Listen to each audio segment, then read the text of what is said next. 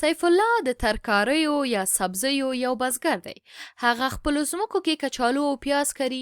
تیر کال د هغه د ځمکو هر جریب 6 ټنه کچالو او 9 ټنه پیاز محصول وکړ چې د هغه ټول محصول 93 ټنه ترکاري شوی و. سږکال هغه د هر جریب ځمکې څخه 2 ټنه کچالو او 3 ټنه پیاز لاسته راوړل چې ټول محصول یې 21 ټنه سبزي شوه. اوس پوښتنه دا ده چې سیف الله څومره جریبه ځمکه د کچالو او څومره جریبه ځمکه د پیازو لري. که تاسې دغه پوښتنه حل کولی سئ دا ویډیو ودروئ او خپله دا حل کړئ. ګورئ دلته د پوښتنې 2 برخې دي. یو دا چې موږ پیدا کړو هغه په څو جریبه ځمکه کې کچالو کري او څو جریبه ځمکه کې پیاز کري. نو موږ غواړو د هر جریب ځمکې چې پکې کچالو کرل کیږي او هر جریب ځمکې چې پکې پیاز کرل کیږي د هر یو لپاره ځان ته توري چې هغه مجهول او نامعلوم توري دي وټاکو. لکه وروسته دې نه زه غواړم د کچالو د یو جریب ځمکې لپاره د ایکس توری او همداسې د پیازو د هر جریب ځمکې لپاره د وای توری وټاکم.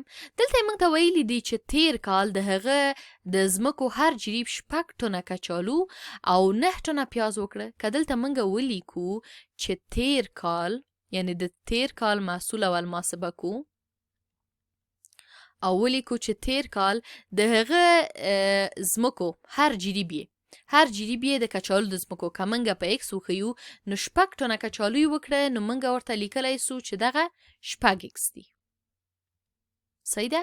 او همداسې د پیازو هر جریب که وای باندې وښیو او تیر کال د هغه د پیازو د ځمکو محصول په هر جریب کې 9 ټنه راغلی نو موږ جمع 9 وای لیکلی سو مساوي ټول محصول 93 ټنه وه. همداسې سږکال دپاره لیکو. سږکال د کچالو هر جریب ځمکې 2 ټنه کچالو کړي یعنی 2 ایکس جمع د پیازو هر جریب ځمکې یوازې 3 ټنه پیاز کړي دي 3 وای. دا ټول مساوي کیږي د مجموعي محصول سره څه تقریبا 21 ټنه ده. دلته تاسې وګورئ چې 2 خطي معادلې موږ ترلاسه کړي. اوس د دې لپاره چې دا ښې ساده او اسانه حل سي موږ دغه 2مه معادله چې تاسې ګورئ دا په داسې یو عدد باندې ضرب کوو چې د دوی دغه ضریبونه د لومړۍ معادلې سره ډیر په سادګۍ جمع او تفریق سي. مثلا زه دا ضرب کوم دواړه خوا د مساواتو په -3 باندې. صحیح ده. نو د دې ځای لومړۍ معادله خپله لیکو 6 ایکس جمع 9 وای مساوي د 93 سره او دلته دا 2مه معادله که دواړو خوا د مساواتو ضرب د -3 سي -3 ضرب د 2 ایکس کیږي -6 ایکس جمع -3 ضرب د -3 وای کیږي -9 وای مساوي -3 ضرب د 1 کیږي -93.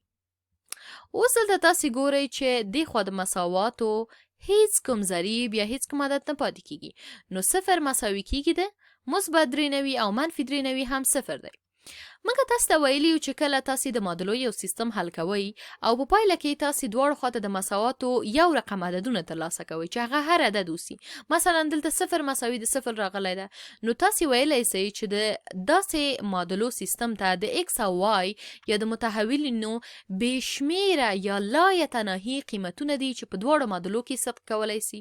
نو موږ ویلی سو چې د دغه دواړو معادلو کوم خطونه چې په مستوي کې راځي په یو بل باندې غدي منطبق دي او د ایکس او وای بشمیره قیمتونه په دغه سیستم کې ثبت کولی سي. نو دغه سیستم د معادلو چې دی دا لا یتناهي حلونه لري او د دې لپاره چې موږ د ایکس او وای دقیقه قیمتونه پیدا کو چې څو جریبه ځمکه کې پیاز او څو جریبه ځمکه کې کچالو هر کال کرل کیږي نو موږ نور معلومات ته ضرورت لرو او دغه معلومات چې راکول سوي دي دا معلومات